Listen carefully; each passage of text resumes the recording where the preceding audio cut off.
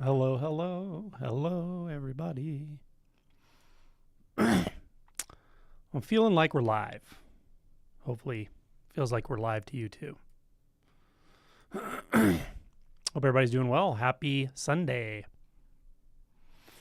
Let's see who we got here. Aaron is here. Hello, Aaron.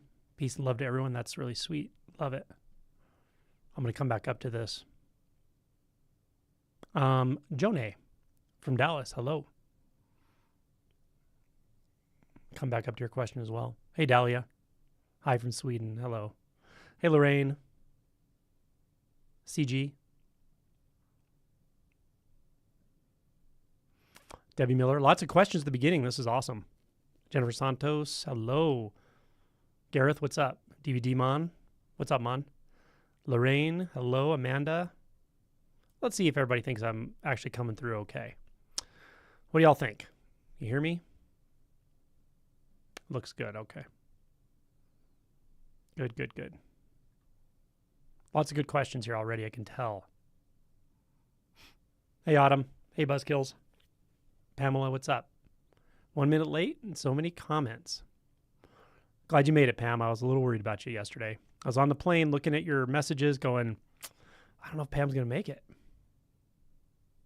From Berkeley, what's up, Kent? Hey, Carrie. Hey, Soph. Hey, Brad. Hey, Joe. Hey, Jeannie. Zerkton, what's up? What's up, Kathy?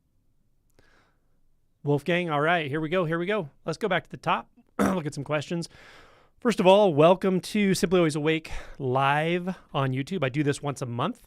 I also do a double barrel non-duality live through Zoom with another non-duality facilitator, another awakening facilitator, another emotion work facilitator. Different person every month. I do both of these for anyone who is at a sustaining member level and above. If you want to join the channel and donate money to me so that I can continue to do this stuff, which is not cheap, to do all this editing, all this equipment, everything. So it really helps the company Simply Always Awake to make this available to more and more people. So the donations can be anywhere from $2.50 a month on up. So if you're at a $10 a month level, that's called sustaining member. Anyone there and above will get these lives. And if anyone is already a sustaining member and doesn't see how to visit these or find these, get used to going to my channel, which is Simply Always Awake. You can find it under any video. Click on Simply Always Awake. You'll be in my main channel page. And then there's tabs. Go to the community tab. And right around the beginning of every month, I'm going to post the dates ahead of time for the live and for the double barrel. Also, turn on your notifications and all that. It should send you emails and texts and all that sort of thing. I think that covers it for now as far as how this works and why we do it and how to be part of it. Let's move to some questions. Okay, this is from Aaron. First question. Is it possible to do analytical work, such as what I do with financial trading, that requires using analytics to capitalize from transactional movement in foreign exchange markets while abiding in silence? Oh, yeah, for sure. It is possible to remain in silence while doing complex cognitive activities, but I will give you a caveat. That doesn't happen early on. That happens in deep realization, in my experience.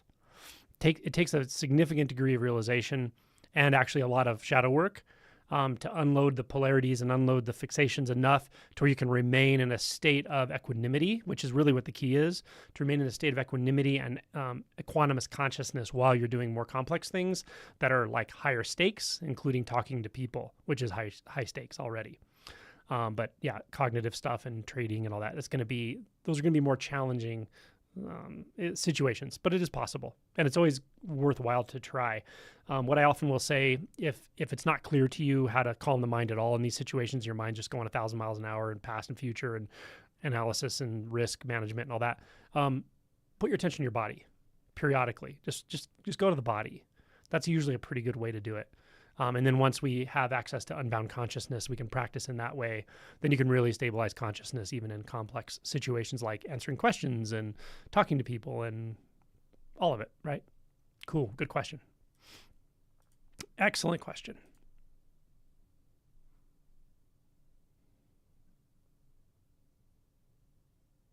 Okay, and the second part of the question is, this is my form of income, but how can I know for certain that my action of the body is coming from a place of stillness, as this line of work requires using mental discernment? Don't worry about that. Don't worry about knowing, am I coming from stillness? Am I not? Everything already is stillness. You don't need to discern that. I know somebody who is a very, very, very deeply realized human being, and he's also a venture capitalist. So there you go. And very analytical guy on that side of things. Don't have to find another form of income. Not for this reason, at least. Okay, this is from Joni, Jone. So it's either Jone, or Joni from Dallas. Is it fair to say that the average person is going in and out of selfless states throughout the day? I would say that's pretty accurate. For example, reading a book, watching a movie, or playing games. Okay, when you're,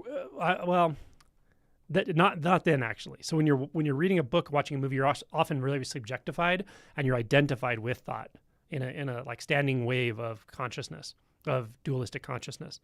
Rather below that, there is something that's always sort of empty of self, and probably touching into it a lot, especially in moments of meditation, samadhi, definitely during deep sleep. So it's there all the time. Yeah. So that's kind of what I meant, rather than, when you're more zoned out. When people say they're zoned out, they're usually daydreaming or in a standing wave of a daydream. But that takes a while to see that. Yeah. And then the question, is no self something deeper? Yes, it really is. The insight is much deeper than that. And again, those are actually examples of being maybe a little more like, almost like hyper conscious, meaning, again, the standing wave of the subject object within consciousness, keeping itself kind of hypnotically fixated. That's mind identification. Once I become focused on a book or plot, there's no me to know I'm focused. As soon as I realize I'm focused on the book, I'm no longer focused. Well, yeah, you're probably going from a sort of subjectification to perhaps a more like self-conscious subjectification. Yeah, in that moment. But those fluctuations happen in consciousness all the time. Yeah. Cool. Good question.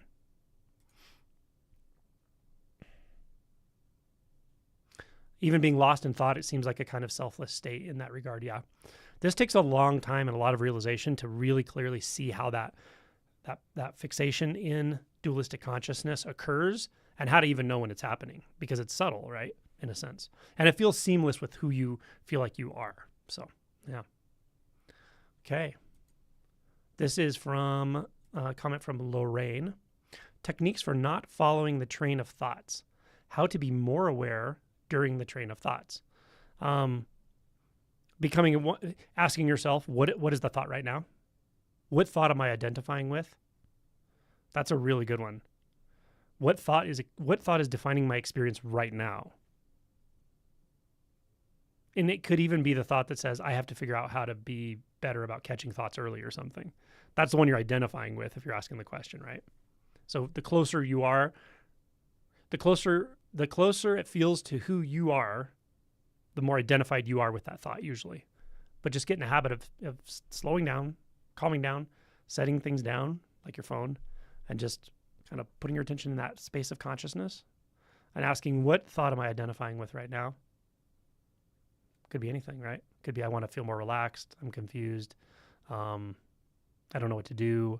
I'm triggered by so-and-so. Could be literally anything. Yeah. Good. Okay. CG. Although I did see through thought, according to ATR, this does not constitute the full I am shift. Okay. So focusing more on I am sense recommended. Possible to fully realize I am and not know for sure. Yeah, well, I will say this. Some people do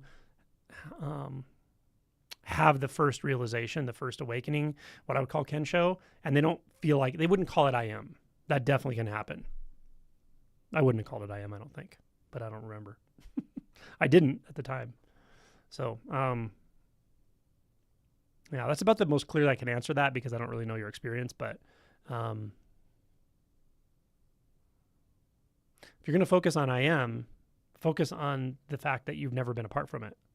It's that which is the closest, that which is the most simple, the most obvious, the most always the case. and it has no boundaries. In the realm it exists within, in the experience it exists within, which is consciousness, but you don't have to know that. In the, I want to say realm, the experiential realm in which it exists, it is already everything. So if you're talking about ATR, it's like I am and I am everything are like in a continuum, essentially, right? Everything you've ever thought about, perceived, understood, doubted is all made out of the same stuff, right? Cool. Debbie Miller. Hi from the UK. Hello, Debbie. And Gareth from Sydney. Hello, hello. Amanda from Santa Fe. Love Santa Fe. Love all the art. Judy, I'm curious about a vision that came while I was driving. I could still see the road and drive safely, but it was directly ahead of my vision. And I knew instinctively that it was people who were addicts of one kind or another. I was filled with love and compassion that felt as if every cell in the body was electrified. This happens often and spontaneously. That's beautiful. It means you have a big heart. It means you're a naturally compassionate human being. I might even say like of the bodhisattva cloth. It's cool. It's got its own challenges for sure. That's a difficult way to live in some sense, but it's also a beautiful way to live. And your openness to that experience, that recognition, is wonderful. That's what all this is about, by the way. Cool. All right. Jenny from Israel. Hi, Jenny. Kathy from Australia. I didn't know you were in Australia. Why didn't I know that? Tamiko.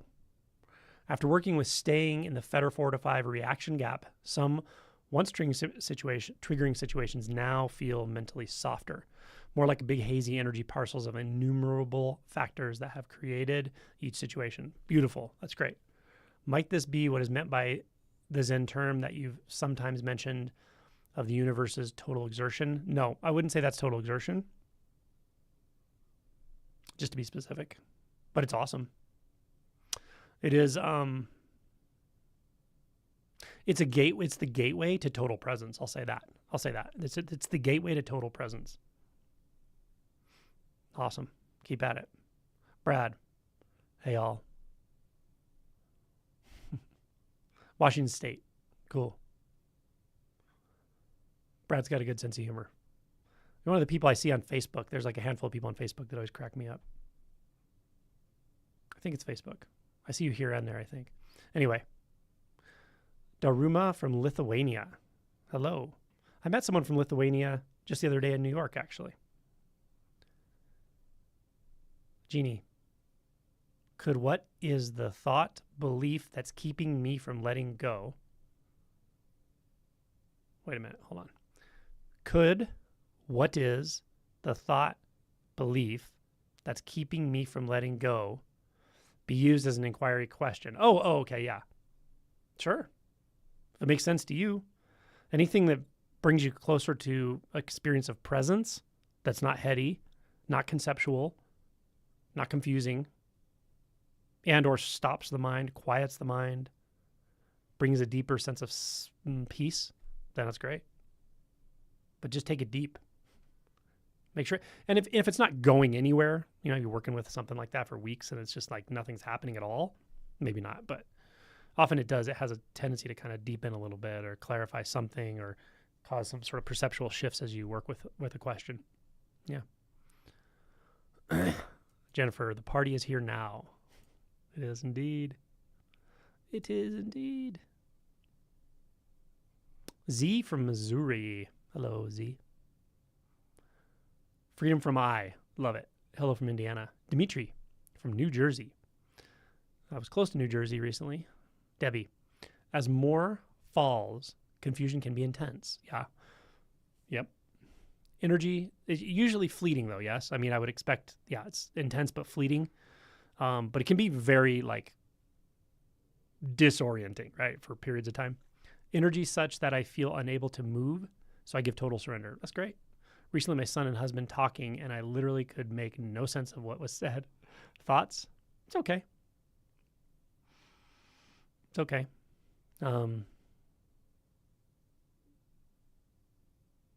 I should always say, if you're ever concerned about a global cognitive issue, always get checked out, right? If you have focal neurologic symptoms or something, the side of your face is drooping or your arm is weak or you're having neurologic changes of your body, it's always good to get that checked out, right? Because there's a lot of Kundalini stuff, but there's also, actual medical things that could be happening as well.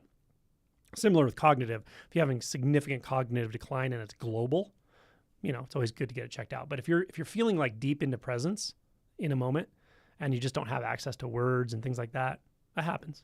Definitely. Alex,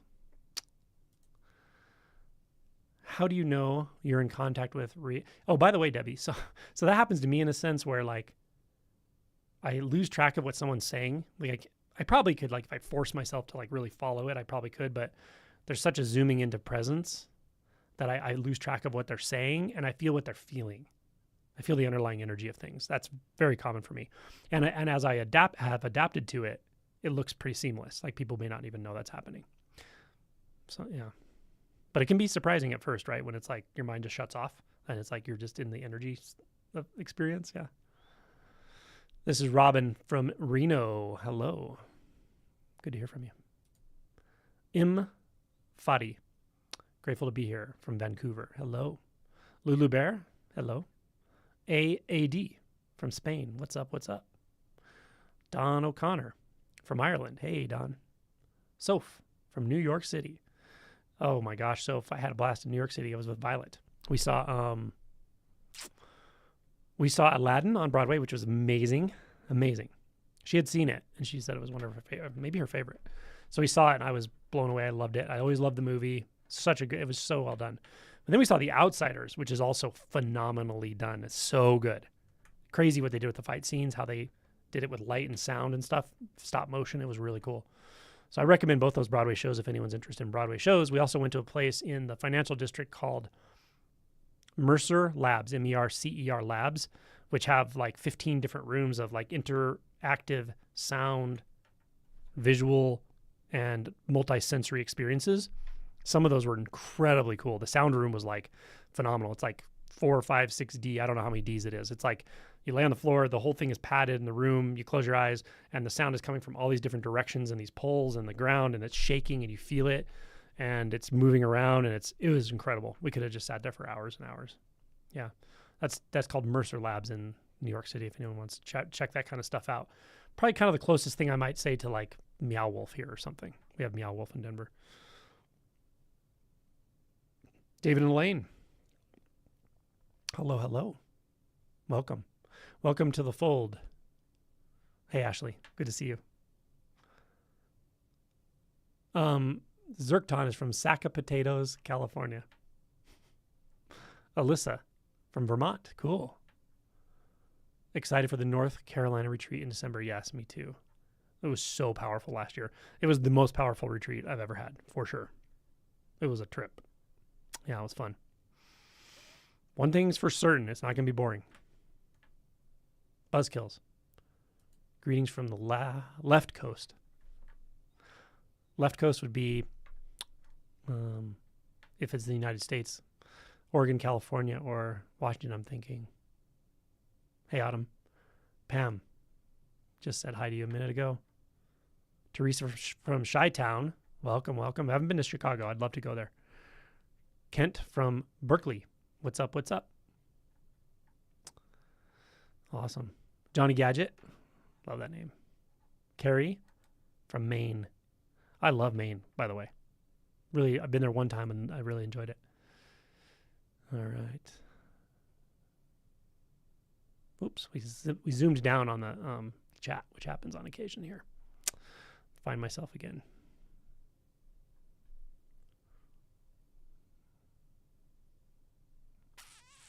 Okay. From Thunder Bay, Ontario, that's Judy. Hey, Judy. Okay, Kathy Rose says, I've been really looking into wanting. Amazing. Feels like some kind of force, but can see it doesn't link to anything and has no ability to affect the world. What do you think gets wanting going? Okay. This is a really, really good area of investigation for anyone. It might be really challenging until a deeper realization, because it's really ingrained in our processing. It's really, I don't know, kind of fundamental to layers of conscious identity. But looking into it, like simple wanting, like say you're sitting there and all of a sudden you decide you want ice cream or something. Look into it. See what that means. What does it mean? What does it feel like? Is it a sensation? Where does the sensation turn into a wanting? Where does the sensation turn into wanting? And then if it does turn into wanting, what is the nature of the wanting itself? Right? And how does that relate to you? Do you become the wanting? Does it refer back to you? Does it remind you that you're a you? Are you an agent that wants the wanting? Do you want the wanting? Do you cause the wanting? Do you indulge in the wanting? Look at all this, right? It's really a good practice. And exactly, so what she's describing here is so accurate. It's like, if you look for the links with any conglomeration of experiences, sensations, impulses, this is really what the aggregates, the 5 skandhas are about, like the Heart Sutra. Looking at the links between, mental formations, impulses, etc. And it's such a good exploration. It becomes very enjoyable. When you get to the point where it's enjoyable, that means you've already realized a lot of equanimity. Because before that, it feels like you're fearful of not having something, fearful of not, seeking, fearful of not going down the road of fantasy and grasping and yada, yada, right? So again, it may not be super accessible early on, but later on, it's a really, really good exploration. Wanting. Okay, this is Wolfgang from Bavaria. Hey, what's up? Bob. Hey, Bob. Adrian from Chi-Town. Welcome, welcome. Dr. Heidi.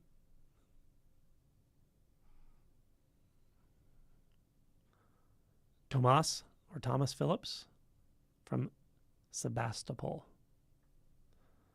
Bob from, and Rochelle from Alberta. Cool. Right on, right on. Ashley finished studying. Awesome. Just in time. Brenda says, we'll see you at the retreat in early October. Very cool. Yeah, there's POK coming to Denver for a few days retreat. And I'm going to be part of it. I do a talk and a Q&A on 2 different days. Violet will be there doing the Sound Synergy. If you've never seen it, check it out. It's a trip. Frank Yang's going to be there. Several other people I don't know. But yeah, cool. All right, Federico.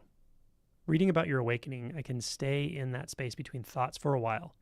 Then I get distracted by anything or a strong emotion comes, what to do to stay in that space more. Notice the first thought you're identifying with, right? And it's probably something like what you're saying, actually. Like, I can stay here for a while, but then something happens. Are you sure? Did anything ever really happen? Ever? Look for those thoughts that feel so much like you that you don't realize they are thoughts. That's where the money is, so to speak. That's where the juice is.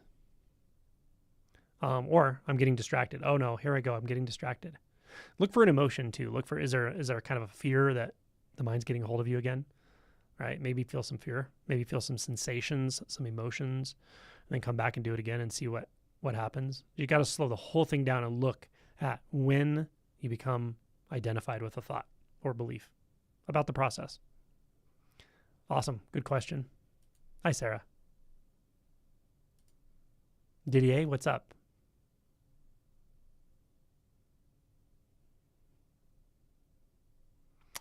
Didier, member for 13 months from Belgium. Right on. Appreciate your support very much.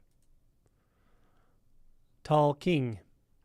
4th fetter gap that you elucidated, and specifically sitting in the desire to do that comes out of that space. I've wondered about doing that in relationship to physical discomfort I identify with. I think that's the whole question. Yeah, that's the whole question. Can you do it with the physical comfort of like wanting to leave the gap? It's maybe a little, well, it's going to be more tricky with physical comfort at first. Physical discomfort at first for sure, right? Because it's more, I don't know, alarming or something. It's more likely to trigger you in an intense way. But you can certainly practice with it. especially if the fetter has been softened, weakened. First, I would say just ask yourself, do I need to do anything practical to address the pain right now? Maybe you need to go take some ibuprofen. I don't know. Maybe you need to change positions that you're laying down and it's causing back pain. And it's fine to do all that stuff. So change position, do what you can so that you don't get too distracted with, oh, should I do this? Maybe I should have done that. Like, you don't have to force yourself to endure unnecessary pain, but, take a practical measure if it is meaningful, and then just let go of it, right? Then realize, okay, I did what I can. Now let me just see what's happening here. And it can be the triggering belief or the triggering statement could be, this pain is not subsiding, right? That's what's not happening that you wish was happening. The pain going away. This pain is not going away. Or this pain or you could also say, I'm not pain-free right now. I'm not without pain right now. And sit with that. See what it does. See where it leads you. See how it feels. See if it leads to a reaction, or maybe it doesn't. Yeah. Good question. Okay. Deborah. Hi, everyone from Washington State. Hey, Joyce. Hello, everyone. Saranish. Hi. You guys are like fresh honey butter on the flaky croissant of this moment. That's pretty awesome.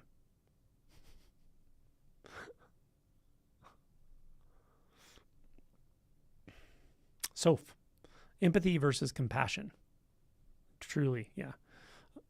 I found when I listen from a deep place of empathy, I get lost in the sad story I'm listening to and feel all of the heavy negative emotions in my body. It's quite uncomfy. Sure. Yeah, deeper insight will change that for sure. It always does, because you start to see things from like a universal view, and you realize like that person's going to feel pain. They're going to feel sadness. They're also going to feel joy. They're also going to feel confusion, and they're going to feel ecstasy, and they're going to feel pain, physical pain, and they're going to feel pleasure. This is just one moment in apparent time. But they will experience all the flavors of life. You will experience all the flavors of life. I will, right? There's no escaping that, and there's no need to escape it. So yeah, it can feel empathy when there's the sense of, strangely, the sense of separation can feel overpowering in I don't want to say this. Maybe I'll say overpowering in an unnecessary way, because with non-dual realization, it doesn't mean you don't empathize, but the empathy, in my experience, is balanced with a kind of wisdom. Yeah. And you're kind of okay with people suffering because they need that to wake up. And it's not your business to manage it either, right? That can sound cold, but it's not if it's based in wisdom, if it's based in direct insight. Doesn't mean you won't help people. It's not like you're not going to do something to ease someone's pain in the moment, because you probably will. But you don't get preoccupied with it. It doesn't feel overwhelming. It doesn't feel like too much. Yeah. But it's definitely an adjustment. And it can take a long time. Brando, thank you for your most recent pointing. Meditated with that a lot, and now the floor drops out every couple of hours. Hey, if I can get the floor to drop out, it's a good day. Fadi says, could the ego not feeling loved or validated be a barrier to subsequent awakenings? Yes. There's no barrier to awakening, but it can be a distraction. It's one of the common ones. Or possibly a mechanism of what could seem like regression. Yeah. So after an initial awakening, you're going to enter this shadow period at some point, and it's going to be some degree of intensity and magnitude. It varies for everyone, and it varies over time too. It comes and goes and stuff. But when something is more triggering at the more physical level, the identification with the physical body, like safety, illness, loss of an emotional connection, these kinds of things are the most triggering. In fact, they may be more triggering, and they often are more triggering than they were when you were identified, when your mind identified. Because there's one thing mind identified states do well, and that is they have this really weird way of numbing us out and making us avoidant. they make us suffer in a very different way. It's a really excruciating way for a lot of people. It was for me. But they do have this way of helping us, in some sense, at least momentarily, avoid the more deeply rooted fears and emotions around the identification with physicality. Okay.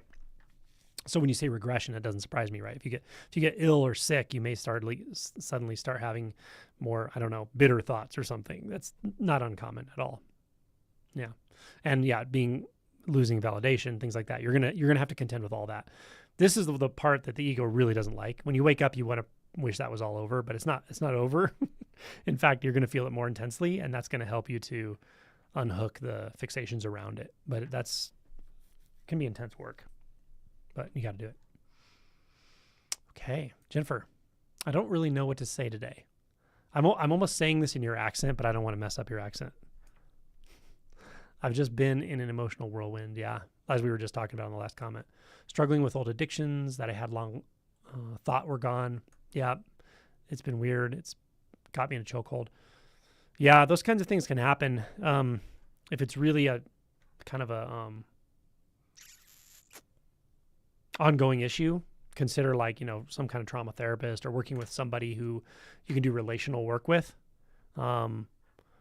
This is kind of like in the sense of what the last questioner was asking, like, can there be backsliding? Can there be regression? Yeah, it can happen. I mean, I haven't, knock on wood, I haven't really seen anybody who had like a raging, life-threatening, family-destroying alcoholism issue that like years later after awakening came back. I haven't seen that. But I have seen other tendencies or addictions kind of, come and go for a while. And that's not surprising because of the mechanism I just described. Like, awakening opens up so much space. It opens up so much clarity, and we just have wiggle room in life finally. We finally have spaciousness. We finally are not feeling threatened at an identity level constantly because the experience of identity changes so much. But now we have to contend with why we built that thing in the first place. Why did we build the mind identification apparatus without even realizing we did? But like, why? Why is it there? What is its function? What is it doing?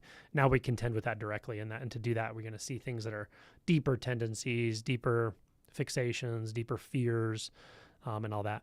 But almost always, or I'll say always, at the root of these addictions and sorts of things, there's emotional material, and that's it. Find the emotion, and it will soothe you in the moment. Open to it, and then find the associated emotions. Sometimes we find one, like, oh, there's a lot of grief here. What else is here though? Oh, there's like anger. There's some resentment. So look for other associated emotions and just hold them one by one by one. We usually, let's just say, act out, however that is. We distract, we partake in bad habits, we do, all that stuff we're doing. We usually do it when we feel like we don't really know what else to do right now about the way we're feeling. So that's why if you orient toward everything, learn to really orient toward whatever's arising, whatever it is, even if it's fear, a lot of fear, whatever, just keep orienting toward, and these experiences will come and go. The fear will come and go, even very intense existential terror, if that comes, it will come and go. It's not going to last forever. But orient toward, and then that gnawing feeling of, I got to go do something about this. I got to distract. I've got to indulge in an addiction will calm over time. Okay. So shadow work around being a good person. That's a tricky one. I just had a deja vu moment. I think I've answered a question like this at least once on this format, but I found where I was lying to myself about liking someone because I love them. But once I allowed myself to see I don't actually like them, I felt more love. That's awesome. All right, honesty. Good for you. And what you said is exactly at the identity there. The identity structure is being a good person. No, I'm a good person if I love them, and I must like them too. I have to find a way to like someone regardless. But sometimes, it's like they're not that likable right now, at least in the orientation I have toward them or them toward me in our relationship, whatever it is. And that's okay. But yeah, the identity of being a good person is a very slippery one, because what I think in the worst case scenario happens is we can justify really bad behavior. because I'm a good person. I know I'm a good person. So then the really bad behavior is like dismissed as, it's like it's overlooked, right? It sets up cognitive dissonance, and the mind doesn't like cognitive dissonance, so it just looks the other way. How in historical contexts of seeing people do really, really bad things and convincing themselves that they're good people or doing for the right reason. That's not you, I know, but I'm just saying that's the setup. And so seeing through that, if you're a good person, that means you can never be a bad person. You can never make bad choices. Will you overlook when you do? Will you, if your judgment's not great in the moment, will you just totally overlook that? Well, then maybe identifying as being a good person is not very adaptable or healthy or whatever. Yeah, you're neither a good person nor a bad person. You're a person, and every person has collections of conditionings and tendencies and habits and fixations, and underneath, they are empty of all abiding natures. That's the deal. Okay. Thanks, Soph. That was a good one.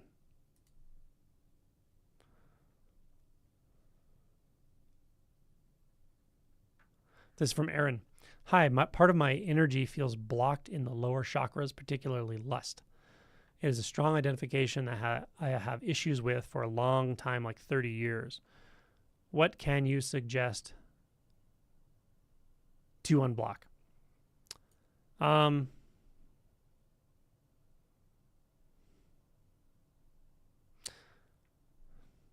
mean, if you can find the associated beliefs, that's always my go-to, because you can do all kinds of things. You can wake up, you can do all kinds of somatic work. And if there are really, really core beliefs that are fixating or into an identity somewhere, you still have to find those at some point. You'll have to confront them. So you can always ask the beliefs around this. What are my beliefs? What are my beliefs if I let go of this part of myself? What are my beliefs if I indulge in this part of myself? What do I believe about whatever it is? If it's sex, what do I believe about sex? What do I believe about romance? Whatever, right? That can be really helpful, but it could be opaque for a while. So then somatic work can be helpful. Something like TRE, doing relational work with somebody who's really good at this particular stuff. Sex therapists, things like that could be valuable, or even some kind of energy worker that works in that space or works with chakras. If they're good, I think they could help for sure. But what they're really doing is just helping, and somatic work is helping you to get more access to those beliefs, in my opinion. Good question. Jade, what's up? From Alberta, Canada. Okay, this is from Tomas. Is there any advantage to coming to your costly retreats versus following you on YouTube? Yes. Yeah, in my experience, very profound shifts can happen in retreats, but very profound shifts also happen to people who watch YouTube. If anyone hasn't been to a retreat before, all I can say is you just don't know what you're missing until you do one, I guess. I don't know. I'm not going to say my retreats are particularly special necessarily. Try a Zen retreat. There are cheaper retreats. The ones I do are, I have to rent a center out and I have to do all these things. So online retreats are also powerful, but there's nothing quite like an in-person retreat. They are very powerful. Not necessary, but powerful. Yeah. Hi, Kate. Gareth. Oh, and by the way, I don't necessarily consider my retreats very expensive. When you consider that I've had retreats that have lost money and I have at least one upcoming one that may well lose money and be in the negative. So, I mean, hiring venues, paying for all the food, all the stuff, it's not cheap to do that. Especially for larger groups of people. And I do compare the price point to other people who do similar retreats. And aside from things like Vipassana retreats or Zen retreats, mine are very reasonable, I think. But I understand they're out of some people's price range. But that's why we have free videos every single day with tons of stuff to do and work on yourself. You can also meditate on your own. You can do online retreats. So there's a lot of opportunity out there. Yeah.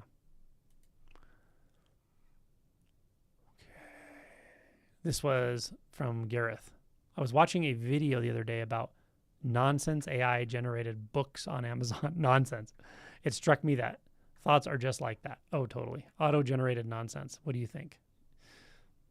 They're I won't say they're totally nonsense because they have meaning in relation to other thoughts, and they have meaning in relation to other people's thoughts.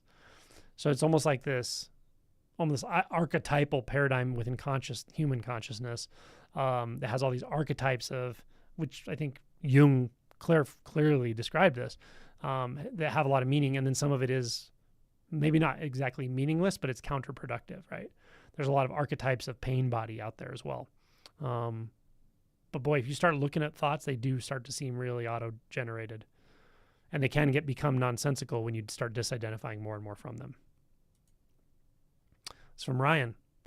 After realizing no self, if a person continues practicing intensely, trying to deepen it further, is it possible they could shut down mental processes that are needed for healthy functioning? I don't think so, because what do you, let me see how you say, deepen it further? What would that even mean? What does it mean to deepen it further beyond the fundamental insight? I don't even know what that would mean. Right? Taking a medication that like literally sedates you or something to shut your brain function down? Yeah, I don't know about that. Now, there are some things that I think are a little, I don't know if, well, I'll just straight up say I don't really know if I believe in them. And some of the ways I've heard them being used are, these terms are suspicious at best. One is Mahasamadhi. Like you can choose when you die, and you can get in such deep samadhi that you just die. As a practice, I'm not so sure about that. I will say that there's a synergy to things where many Zen masters and other types of teachers, I'm sure, have been pretty aware of when they're going to die. But I don't think that's Mahasamadhi. I think that's the organism just getting a sense of the conditions underlying, and as life forces are let go of. This happens to people in hospice, by the way, sometimes. When life forces are let go of, you have a different kind of access to the energies underlying all of this animating force, right? So I think there are synergistic truths about this, but I don't think the idea that you can just sit down and make yourself die through samadhi is reasonable. I'm sure people die in samadhi, but people die doing all kinds of things. So that's just my opinion. All right.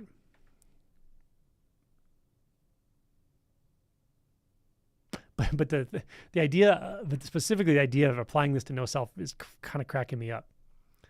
And Ryan, I'm not surprised it's you asking this. The reason it's cracking me up is,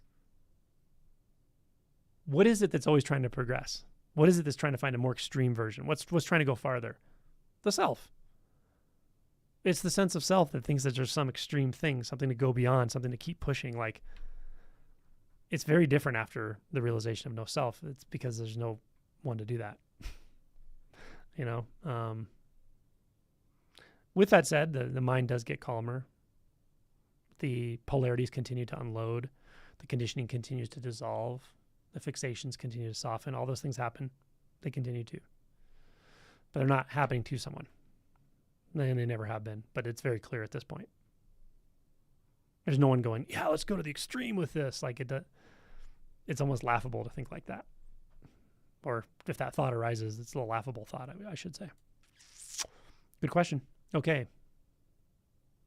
Gareth, it did make me think, though, that any book written by a person or any human endeavor really is just from the same source as those made-up books. You know, it's interesting with literature and art. This is kind of an aside to the whole awakening thing that we're talking about, but what I notice is, and Eckhart Tolle said this as well, I agree with him. I don't want to be judgmental and say most art, but I think a lot of art, of different kinds of art forms, you know, whether it's acting, movies, TV, whatever, music even, a lot of it is, especially storytelling, you know, video and TV and movies, a lot of it relies on the kind of stereotyped motifs of human consciousness that are very predictable and rather identified. And that becomes so uninteresting after a while, in realization. Like for me, it's hard to even follow stories like that anymore at all. It's just so uninteresting. It's so uninspired. It has no depth to the truth that's being told.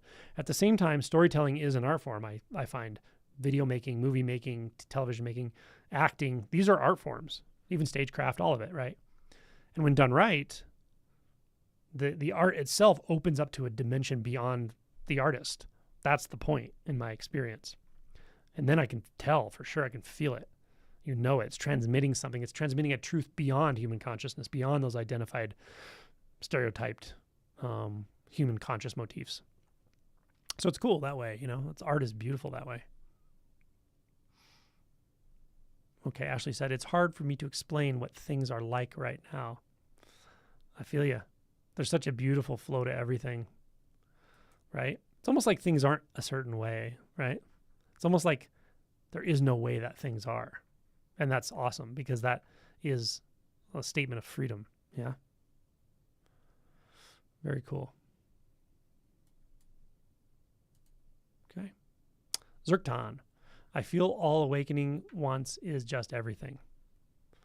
I also feel like the way I currently see myself is by its nature incapable of handing it over. Acceptance of death and the loss of fear of life. Yeah. Yeah, there's a part that, I mean, there's definitely a truth to the statement that which starts this spiritual path will not survive it. And so it can only do so much. But it doesn't mean it's the only thing happening. There's a lot more happening. So that we have to learn to let go of the reins in a certain way, but not let go so much that we are re-identifying with thought. That takes a while to get that sweet spot. This is from Catalin from Romania. Any upcoming online retreats? Nothing announced yet. I usually do one at the end of the year, in December or January, but I haven't announced it. I haven't even looked at the dates yet, so. All right. Nomi. I lost all interest in spiritual practices I used to love. Yep, it happens. Brings some sadness to let go. Yep. It's somehow boring, and yet it feels so full and okay. So why the sadness?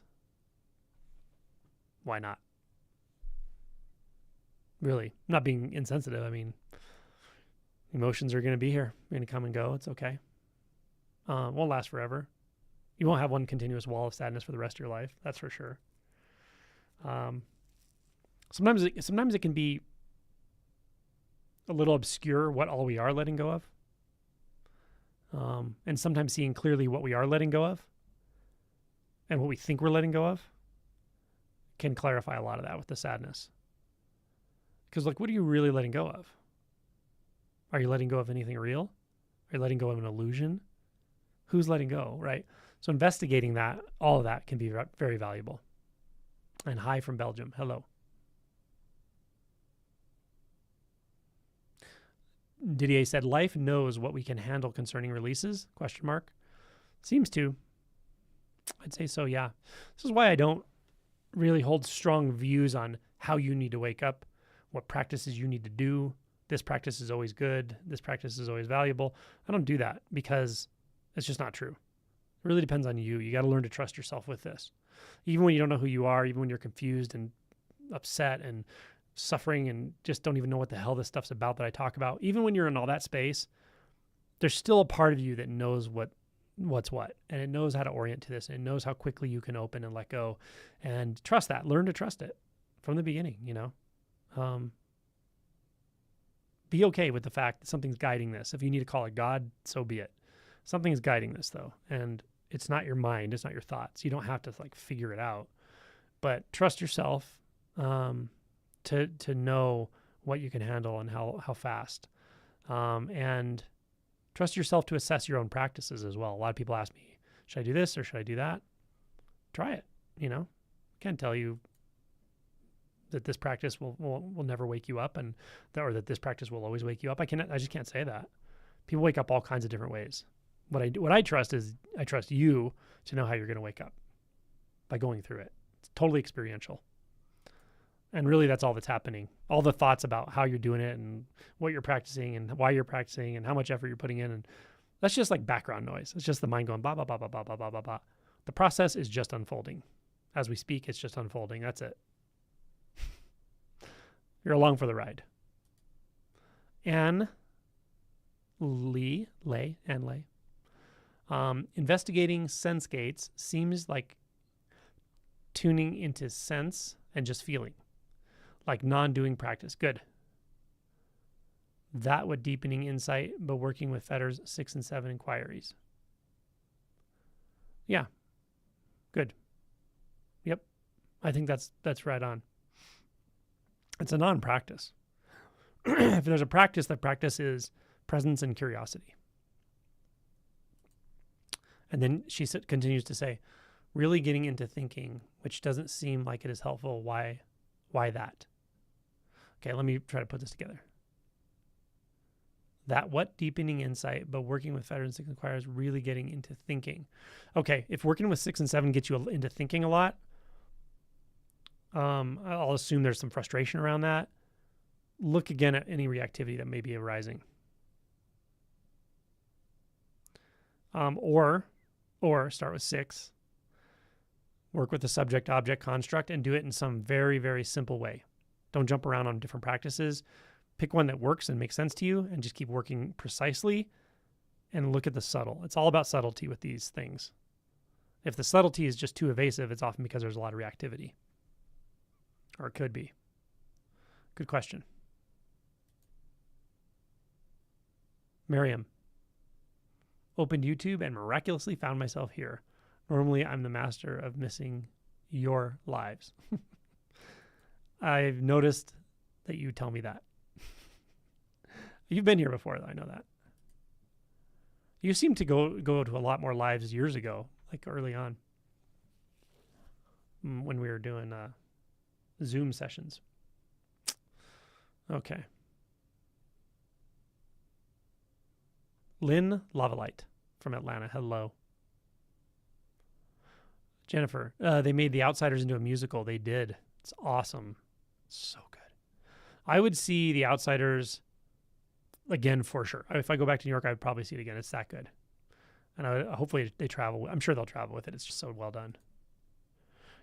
Some parts are really accurate with the movie. And then they did, to make it a musical, they had to add some things and stuff. But they kept it with the story, the book, of course. And then added some really cool fill-in stuff that worked really well. It's just really well done. Okay, this is from Flashed. Hi, Angelo. Can you talk about the addiction to harm oneself? I can easily see addictive, harmful behavior in others, but I fail to do so within myself. Well, that's the thing, right? We often see it. We can see things in others we can't see in ourselves often. I would say probably the number one thing about this is really go easy on yourself, because we can be so self-judgmental, right? Sometimes you do more harm to yourself by judging yourself or harming yourself than just by having a habit, whatever it is, eating too much or maybe smoking pot or I don't know, whatever. Some habits are pretty destructive for sure. But, sometimes we have habits that are certainly not ideal, but then we beat ourselves up for doing the habit, right? It's like double whammy. Kicking ourselves when we're down. So I would start with self-compassion. Give yourself permission to be human and to make mistakes and to learn and to grow and to backslide. It's okay. It's all good, If things are really harmful, seek counsel, get help. There's good help out there. Okay. Moving down to, oops, got away from me again. Let me see here.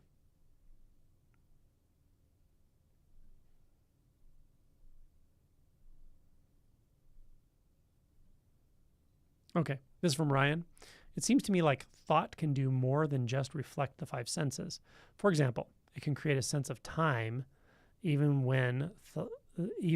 though we can't experience time with any of the senses. Would you agree? What is time to you? Look at what time actually is. Look at your experience of time. Look at your experience of time, right? How do you know time passed today? Ask yourself, how do I know time passed today? How do I know there's time today? Right? What do you see? You see something? Do you hear a narrative in your mind? right? It's a reflection of sound or a reflection of something visual. Do you remember something you did 10 minutes ago or an hour ago? Is that what you're using as evidence for time, right? So that's thought reflecting the senses. That's the basic way. And then as my book says, it can also reflect other thoughts. And that's when it becomes conceptual, right? Thought about thought, time. But even the concept of time itself is not that abstract when we look at what the proof is that we believe we have for it, which are just thoughts arising now. But these are great questions. Just don't get conceptual, go in the other direction. Look into your immediate experience. As I've said to you many times, don't try to understand this stuff so much. It's just not about understanding. You have a very curious mind and a logical, analytical mind, which is fine. And if the questions come, that's fine. But use them to go into your direct experience. Like go to your experience and go, wow, how do I know time exists? Why do I believe time exists? See what's there. See what's proving to you time exists right now, or even suggesting it. Yeah, those are the kinds of valuable undertakings instead of giving me giving you any kind of answer. Yeah. And don't even worry about finding an answer in your environment. Just keep looking. The looking is valuable. Celine from San Marcos, Texas.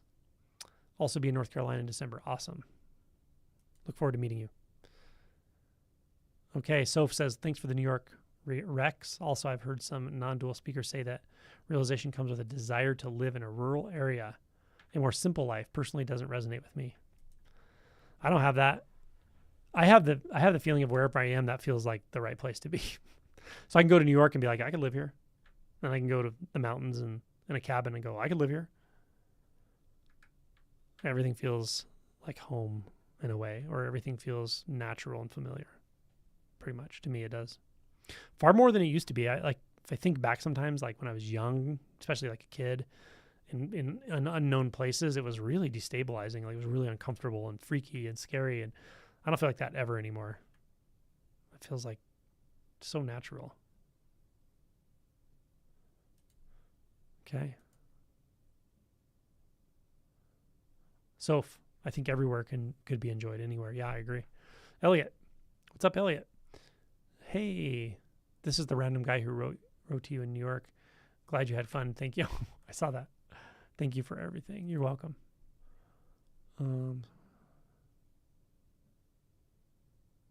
Very cool. Ashley, we'll miss you too, but it's okay. Joyce, there seems to be a fight in myself. Thoughts going through that I don't believe. That's great. That I then counter with truth, but I wonder which is me. Most clear way I can explain. You don't really need to counter thoughts with truth, although you can question your beliefs with truth, with like, is this belief true? Why do I believe it? What is the actual evidence for it, right? In the relative, that can be very helpful. But in general, as thoughts are noticed, as thoughts come and go, and are you become aware of thoughts, you don't really need to do anything about that.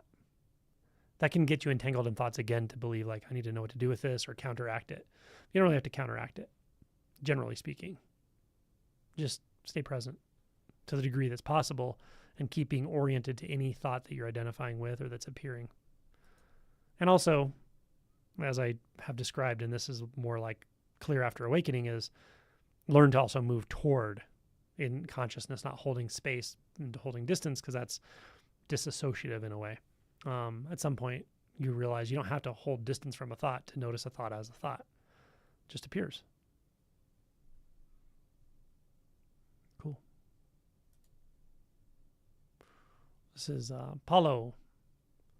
Warm welcome to all from Santa Fe. Nice. Stephen, Wichita Falls, Texas.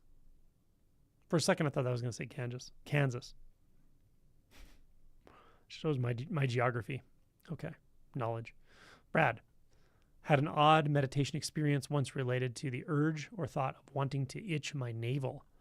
There's me telling navel stories again. I knew you were funny. I knew it. I knew that was you.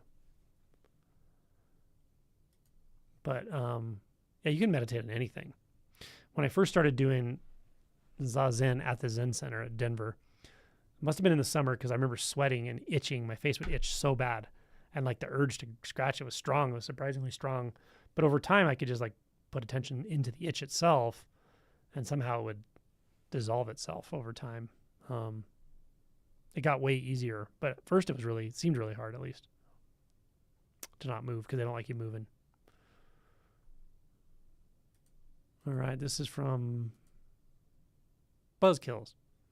You give me a direction for inquiry. Who are you if you are not loved? Been working with it and not much there. Woke up this morning and said, who are you if your wife doesn't love you? Whoa. There you go. Sometimes being specific helps. Right? In fact, that question could be so, in one sense, triggering to some part of the ego that it doesn't even want to really consider what the question means until you make it specific. And you're like, oh, okay, that's a different kind of question, right? Death is like this, where early on people are like, I'm not afraid of death. I'm like, the fear of death is so buried in us that we don't even know we have it most of the time. And then after awakening, people will often be like, start experiencing the fear of death very directly. And they're like, whoa, I did not know I had a fear of death. This is so intense, Nis. First, thank you so much. Life is mostly a beautiful experience now. Awesome. During meditation, there is no body, but something still grips on. Kundalini arises and can't seem to let it go. And I can't seem to let it go. Yeah. Kundalini can be intense, and it can come and go for years. And it's stronger for some people, for sure. Kundalini is a little tricky to talk about because you really got to find what works for you to settle it. And some things that could settle Kundalini for one person can activate it for another. So you got to be kind of careful with that.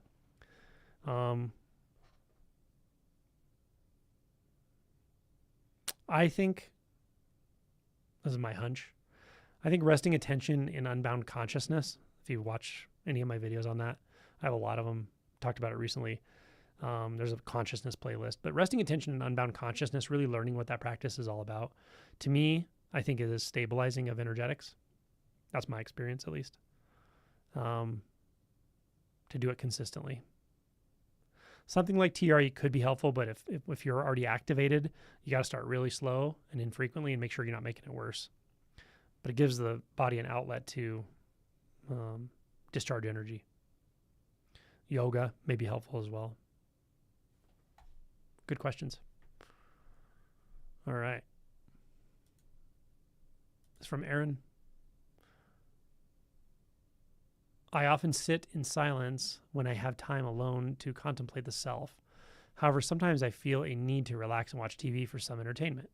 What is your sentiment on this? I have no problem with it. Go for it. There's nothing wrong with entertainment,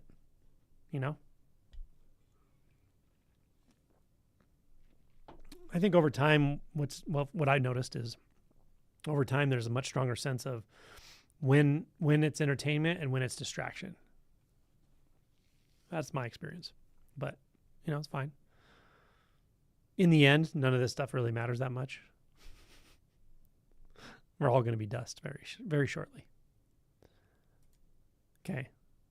Catalin asked, when unbound consciousness is clear, is there no thought? There can be no thought. Very much so. Yep. There can also be some thoughts here and there, but they'll definitely calm down and become more like basic thought forms than fully formed thoughts. Is it non-dual and just senses? No. Does mind identification clearly drop and thoughts can still appear? Yes. Thoughts can appear even after no self-realization. They often will.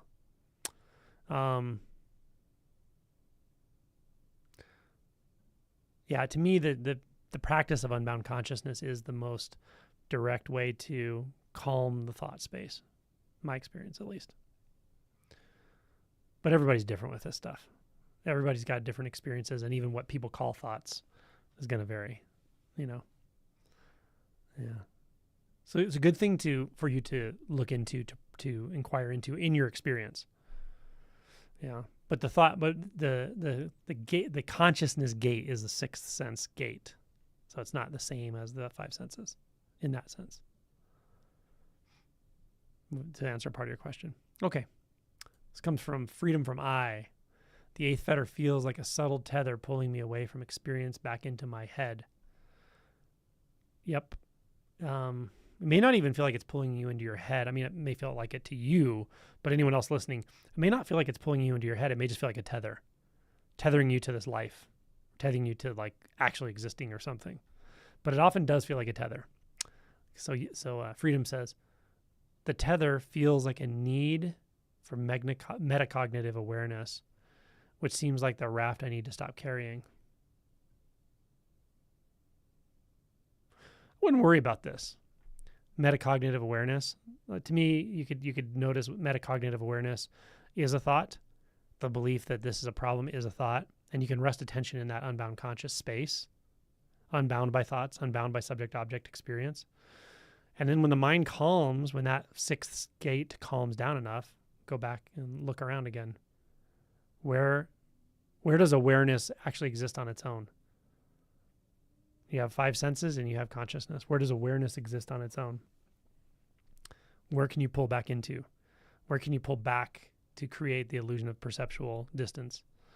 What is it that's coming online or starting or appearing that seems to start to divide experience at all in any way, in the most fundamental way, into a self and that which is not self? Something like a filter or an effect or like a perfume. Where is that though? How does that arise? How do I know it's there? Calming the sixth sense gate, the gate of cognition and consciousness, calming that and clarifying the non-dual with all five senses is going to calm everything down. And then where else are you going to look? Is there a gap between five senses? What is that gap made out of if there is? Right? The gap is an idea. The gap is, if you're thinking about gaps or you're thinking even the most subtle conceptual anything, including awareness, the attention's already within consciousness. So learn to settle it. Learn to abide in the oceanic nature of it. Hopefully that lands. If it doesn't, it's okay. This is from Autumn. I've had non-dual glimpses only when I'm on edibles, and sometimes the experience gets really scary, like I'm going to die, but it's familiar, like a similar experience each time I'm in this state. Yeah, it's a little hard to know because if it's mediated by substances, you could be having side effects of the substances as well that are causing more intense emotions than are necessary. But again, I can't tell anyone what to do or what not to do or what's going to work for them because I've had people have shifts on THC, so yeah.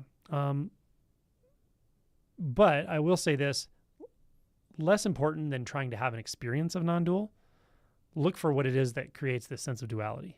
That's the key. And you don't have to have any substance to do that. Probably hinders your ability to do this with substances on board because you're more likely to merge into a sensation or an experience. Whereas if you're dead sober, then it's easy to be precise in your query because there's nothing distracting you, right? So really we're looking for what it is that in a sense is the difference between like psychedelic induced experiences and insight.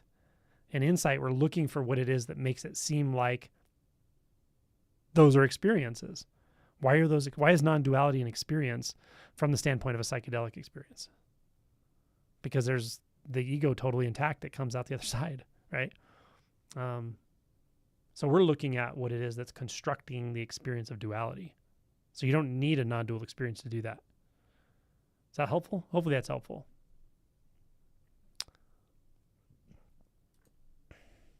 Freedom from I says, not sure how to put the raft down.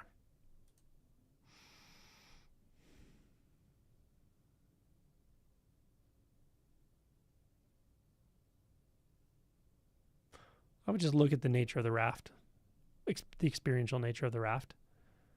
Ask yourself, is it there all the time? Are there two things happening simultaneously? They're overlapping? Is one coming and going? What is it that never changes? What is it that's uncaused and unconditioned in my experience right now?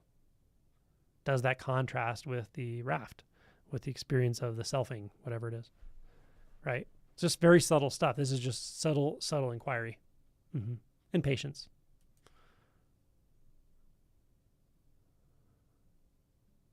Benny Boy, what's up?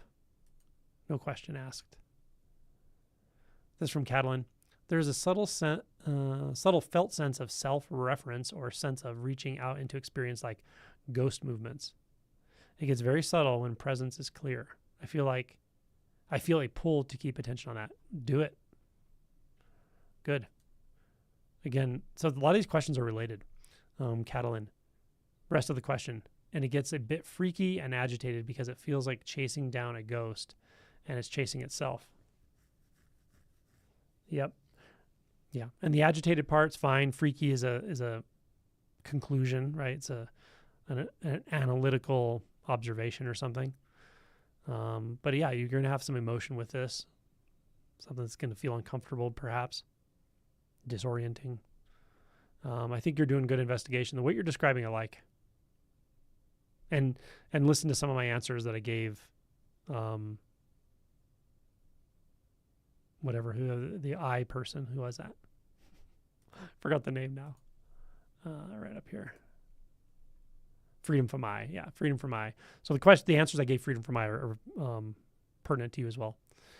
Pam, what can I say to a small but persistent part of myself that can't take anything seriously?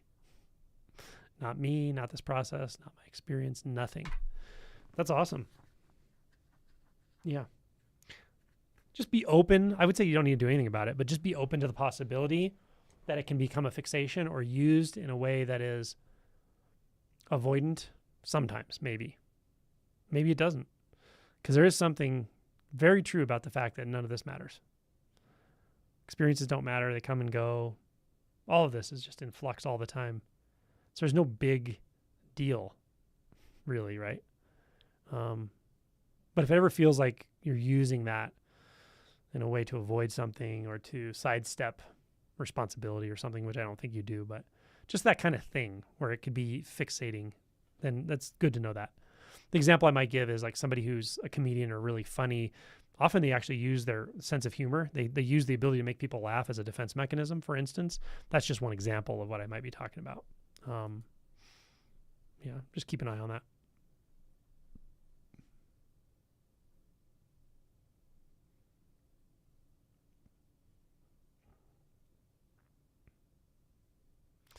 Okay, and actually she continues to say, it uses no self as evidence I have no existence, thus no authority on my experience or anything. So I can never really belong. I know it's just a circular thought, but it's...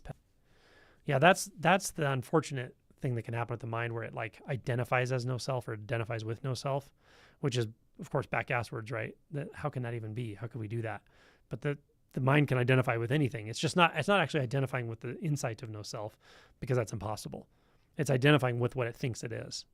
So you can just kind of pat it on the head and say, thanks for the thought, because it's just a thought. Yeah. That's a good one, though. And the mind does these little slippery things sometimes. It's from Kieran. Kieran from Enfield. Been on holiday from myself and my journey.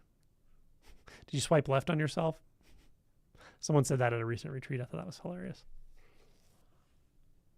Autumn. It's actually made me enjoy edibles less because of this potential experience. At the same time, I feel like it's getting me closer to completely letting go. It might be. Like I said, I can't say it's not the case for you. Yeah. Jennifer, thank you, Angelo. I'd love to hear you do my accent. If I heard you talk, I could mimic it really well, but I just know it from memory. Catalan, do you think addiction and impulse to go to the substance can be approached as described in the 4th and 5th Theta reactivity? Yes. But if it's a really raging kind of addiction, it may be rooted in a lot of trauma, things like that. It may be hard to get to with 4 and 5. It feels kind of like it, but I was wondering if there's anything that comes up for you. Yeah, like I said, it really depends probably on the degree of trauma and how intense or devastating the addiction is. Lynn Lavalite says, deja vu moment. Love that, Angelo. I don't get that very often. Jennifer says, I'm glad AOL was my first retreat. It was wild AF, which means as fuck. So whoever asked the question, there you go. The retreats are wild as fuck, so there is the reason to go.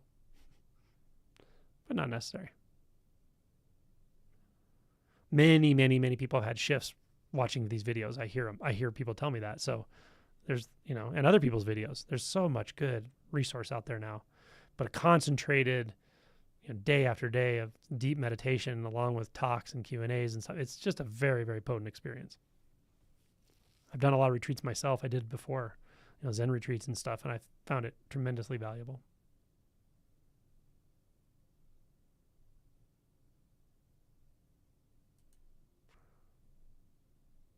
Brad says, do the online retreat. Very affordable and powerful. I agree. It's it's been more powerful than I thought, actually, than it would be. I never did online retreats, so I didn't know.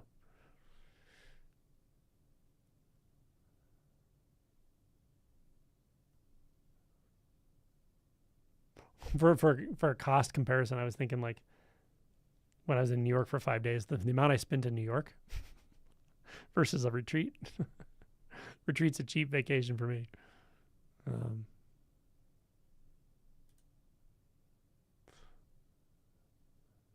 Jennifer, you're so sweet. If I were rich, everyone in this chat would be in Boone in December.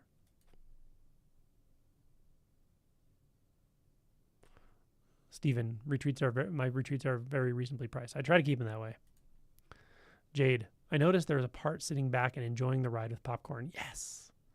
Even there was a deep grief or raging doubt going on, making me chuckle. That's beautiful. Put your attention on that. Really.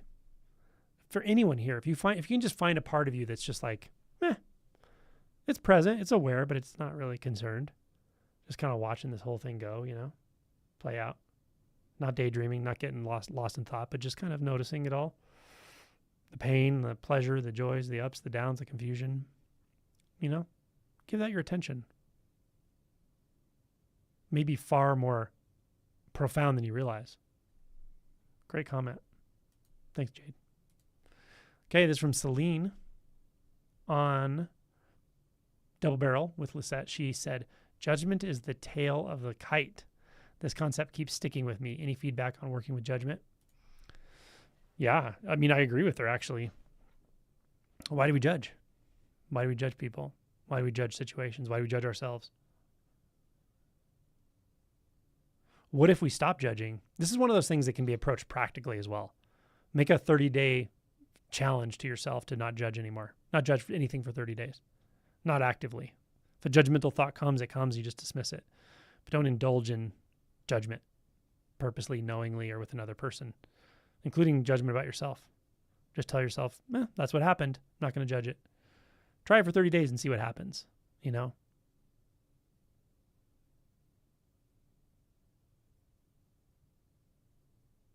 How do you feel when you judge? Man, judgment always makes you feel separate, doesn't it? Always makes you feel dissatisfied. Right? Because it's built into this sense of being the judge that there's some dissatisfaction. That's why I'm judging, right? Yeah. Great questions. And great thing to explore. DVD Mon, I've had experiences on the verge of sleep where I can watch as my mind creates each new verbal thought. That's cool. Almost like I'm watching slow LLM guess the next best word. A slow LLM guess the next best. That's awesome. Large language model. That's cool. A lot of really good inquiry can be done right at the verge of sleep, going off to sleep specifically. So if you have a potent inquiry question, a koan, a practice, anything, a query of any kind, just take it off into that last moment of consciousness. Follow it down, follow it out, follow it in.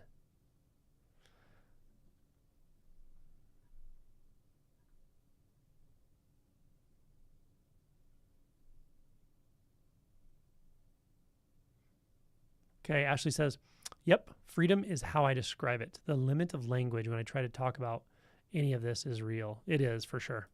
Yep. All right.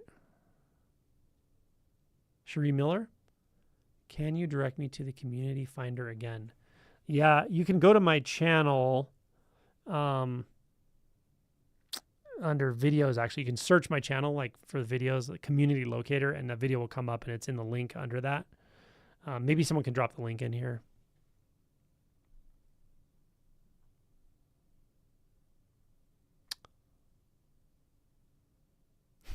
Kate, I will probably be asleep by the time you get to this comment, but I'm booked for your retreat in England next year. Yay. Very excited. Thanks for all you share. You're very welcome, and I'm glad you're coming to the retreat. It's going to be a good one. Federico.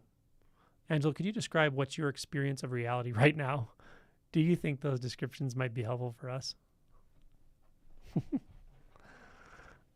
I always think these questions are really funny. They're fun, you know, but they're like, would it be helpful for you? Well, first of all, it's indescribable. It's just indescribable. But let me try to be as direct as I can. This sounds like semantics, but it's not semantics. It's very, very important if I want to be accurate with what I'm going to get across. And that is the most important part when I answer your question that I need to get across is not what the experience is, and it's not anything about reality. It's that it's not my experience. There's no experience of reality for me. That's not even the right way of saying it. There's no me for whom the experience of reality is landing or dawning or being experienced or processed. That's the most important thing I can say about it. And then from there, you start to see that like experience doesn't make a lot of sense anymore, and reality doesn't really make sense anymore, because the only reason you care about reality and experience is because of the one you think it refers back to. So all of a sudden, everything gets unloaded in such a complete way that it's like rather empty, but not like empty space, rather light, unloaded, just like energy flux. But that's not an ongoing thing either. There's nothing ongoing. There's nothing emerging or disappearing. There's no thing. Apartness doesn't exist. There's no relationship because there's no one or two things to relate to one another. So it's easier to describe what's not here. At the same time, there's very concrete textures that there's no reason to deny. So it's like a hand is a hand, but it's also not a hand. There's nothing there. So it's paradoxical. I could go on and on with this, but will that help you? Does that help you? Maybe. In the moment it could, but if not, let it go. Because what I don't want anyone to do is try to compare their experience to my words. Because I wouldn't even compare my experience to my words because I can't hold that. Whatever I just said is gone now. Whatever it is, I could try to describe again, but it's not even the same thing I'm describing anymore. It's so fluctuant, I guess is the word.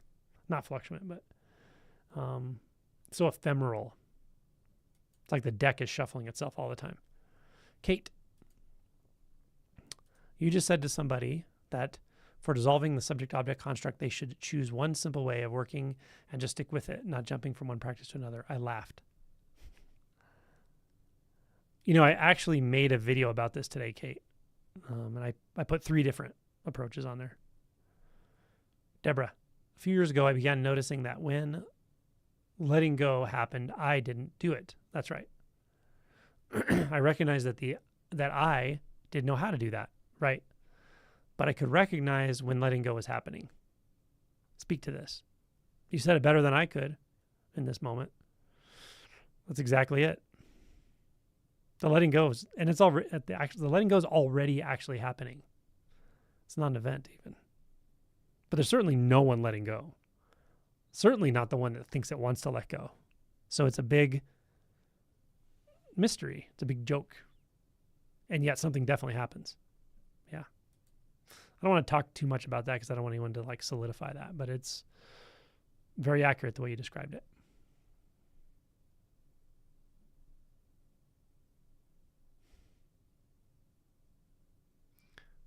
I'm reading Kate still here. I work intuitively in the moment with what holds my attention. Is this okay? Or should I just choose one and stick with it? I don't know. You got to find a happy medium, right? If you're bouncing around all the time, I don't know. But stick with something and see if it's digging a little deeper for you. See if it's moving something.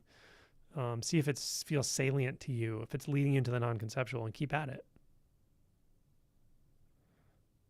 I certainly wouldn't try multiple things in one day with that kind of contemplation into the nature of subject-object. I'd pick something and do it for like a few days. And then, try something related to it, or see what kind of questions come up as you do that. For you, your own honest questions. Again, it's a subtle thing, so we're looking for like sort of subtle precision in the experience. And we're looking for assumptions. And if you find an assumption, we're looking for whether that assumption holds true in experience. Good clarifying questions there.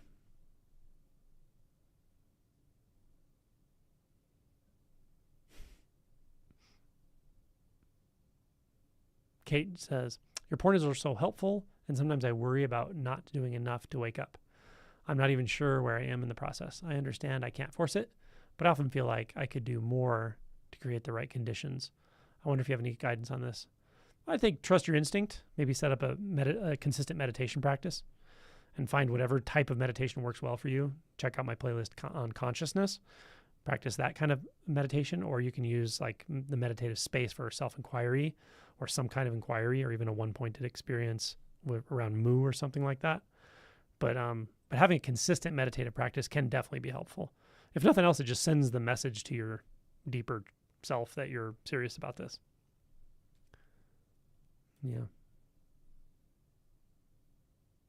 Make intentions about it.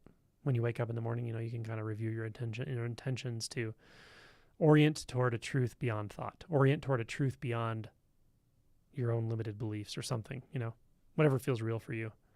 Remind yourself of that. And as I mentioned earlier, carry it off into sleep. Your intention, whatever it is, your orientation, carry it off into sleep, like right until the last glimmer of consciousness is disappearing. It's from Anne. Feels like what was realized at the initial shift was on background, moved into foreground, and now is not separated from any sense experience. That's the subject-object dissolving or being dissolved. Good job. Excellent. Peter, what's up, dude? What are the senses really? For instance, what are we seeing when the visual impulse is perceived? I mean, beyond colors and shapes. What exists in reality that just is the senses recognize? That's such a great question. There's no way I would give you a word answer to that. No way. Keep looking. I want you to find that answer yourself. It's there. Dr. Heidi. The online retreats are truly amazing. Oh, good. Glad they're helpful. Zircton, the desert tortoise video that Paul Hederman released a little bit ago is both hilarious and powerful. Oh, good. I love Paul. Paul's such a good guy. Desert tortoise. Everybody check it out. Where are we at here? I lost myself. Okay. Ashley. Even with travel expenses, going to Art of Living once a year was very affordable. That's even the exchange, which the Canadian dollar has been terrible lately. Zircton, thank you for everything. You're so welcome. Violet Synergy, what's up, Violet? Might be good to highlight the community locator video on this channel page. On the channel page, yeah, I know I need to do that. Highlight it. Do you mean like in the banner? Okay. I need to put it under the... What I need to do also is add it to the links underneath all my videos because I don't have it there for some reason. Risha music. I like this little symbol between Risha and music. It's like I think it's the Om symbol. It's cool. Judy. The practice of using the senses truly resonates with me. Love it. The one thing that happens is that I feel so deeply, it can be almost too powerful. What do I do? Well, notice the interpretation that this is too powerful or too much. That is not uncommon when people start experiencing non-dual, that it's like, oh my God, this is going to destroy me, or I'm going to dissolve into it forever. Like you can have that kind of like, whoa moment, It's okay. Just keep doing it. It'll calm down. And notice the thoughts around it. Notice the concerns that are, structured in thought that say, oh, I'm going to disappear, or this is too much, or whatever. Those are interpretations, really, ultimately. But it can be obviously intense, and it will be an engulfing experience at some point. Yeah. And at some point, it'll also just be completely natural and not overwhelming or engulfing, but, well, it'll be engulfing, but not in an overwhelming way or anything like that. It's just simple and obvious and just like click. Cade. I spent a lot of time looking for myself and not finding anything, and I can't seem to nail down any location of where I seem to exist. So when I inquire, it feels like I'm shooting in the dark.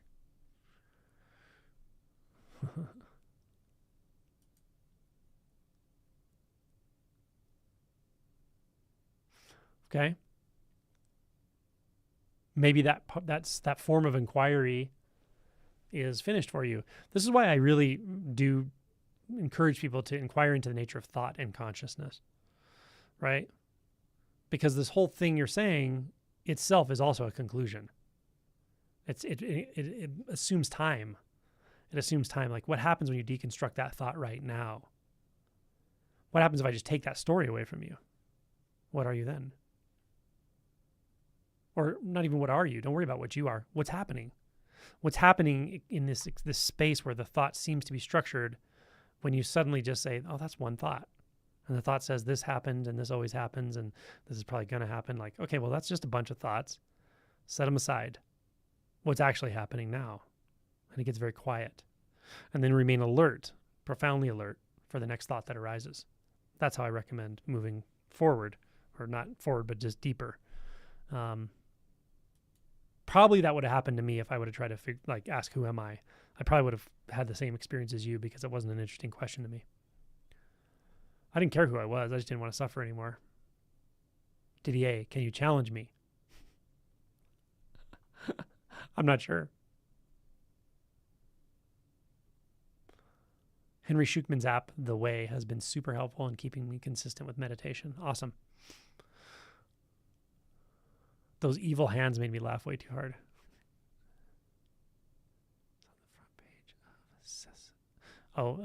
So Violet's saying, just make it so it's on the front page of SIA.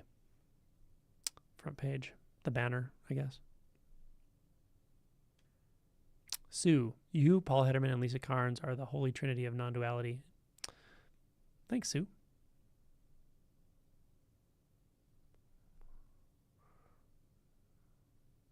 Would you and Violet consider making a music playlist of music that inspires you?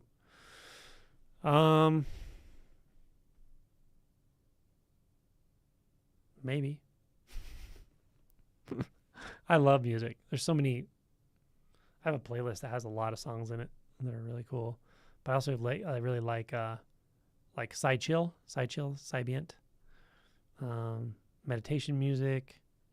I like all kinds of music and sound and stuff. All right. Stephen, you're absolutely amazing. Thank you for all you do. You're amazing, Stephen, and you're welcome. Didier, why aren't there more realized beings bringing the force of awakening together in a worldwide awakening conference? I don't know. It's a good question. I think the closest thing to it was probably Science and Non-Duality. They were doing that kind of stuff, a handful of years ago, but they don't seem to be at it much anymore that I know of.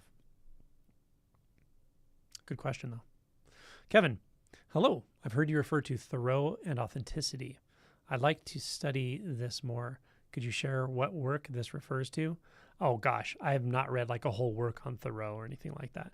I've read quotes, I've read passages. I pull things off the internet. So I'm not the person to ask, unfortunately. There is Emerson has a really good essay in the book Self-Reliance. It's included, but you can probably find it elsewhere. It's an essay on friendship. It talks about authenticity in one of the clearest ways I've ever seen. That may be what you're thinking of. So check that out.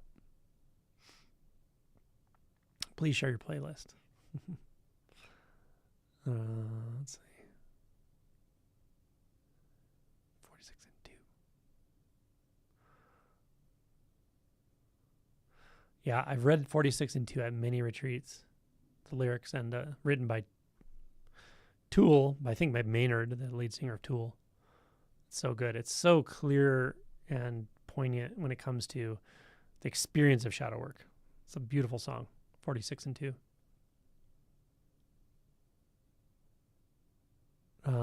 Autumn says, Violet's online immersion retreat.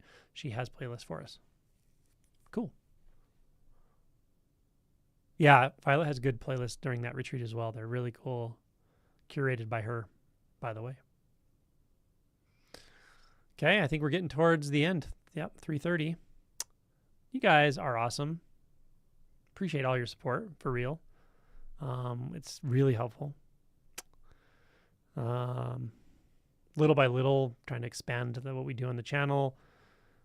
Recently added some nice edits to the videos, professional editing, which isn't cheap. Working on subsequent documentaries. The next one will be out, I don't know, in a couple months maybe, hopefully. And retreats on my website. I still need to put the UK retreat on my website. I don't think I put that up yet, but that's still almost a year away. Yeah. Cool, y'all. Thanks again for all coming. Soph, Sue, Jennifer, Violet, Pamela, Paul, Sarnish, Brad. Sarnish says, I finally understand what you mean by letting sound replace me. Isn't that wonderful? Tamiko. We got 3 Kimuras from Tamiko. Kimura is such a little cute emoji. Thanks, Jenny. Thanks, Dr. Heidi. Thanks, Ashley, Zerkton, Anne, Kate, Cherie, Gareth, Kevin. Y'all are awesome. Thanks for coming. Thanks for playing.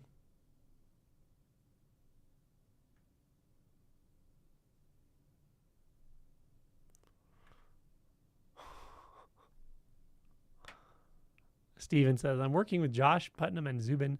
What are your thoughts about snoring when you hear something true? I don't want to really be doing this while I'm operating. That's funny. Kimura's a sleepy girl. She's so sweet. Yeah, she was at day camp and night camp for 5 days while we were in New York. She has a really good school. She really likes it there, and they take good care of her. But she comes back tired. Okay, y'all. Again, thanks for everything. I really appreciate your support, and great to see you all. We will see you later in the month at Double Barrel.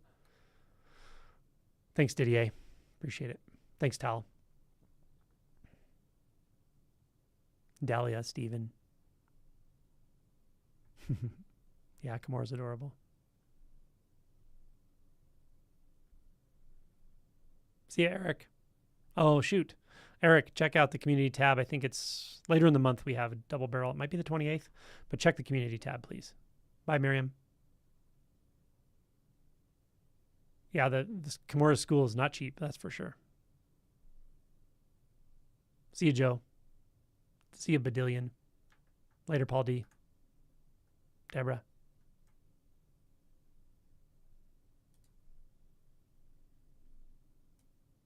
Dana.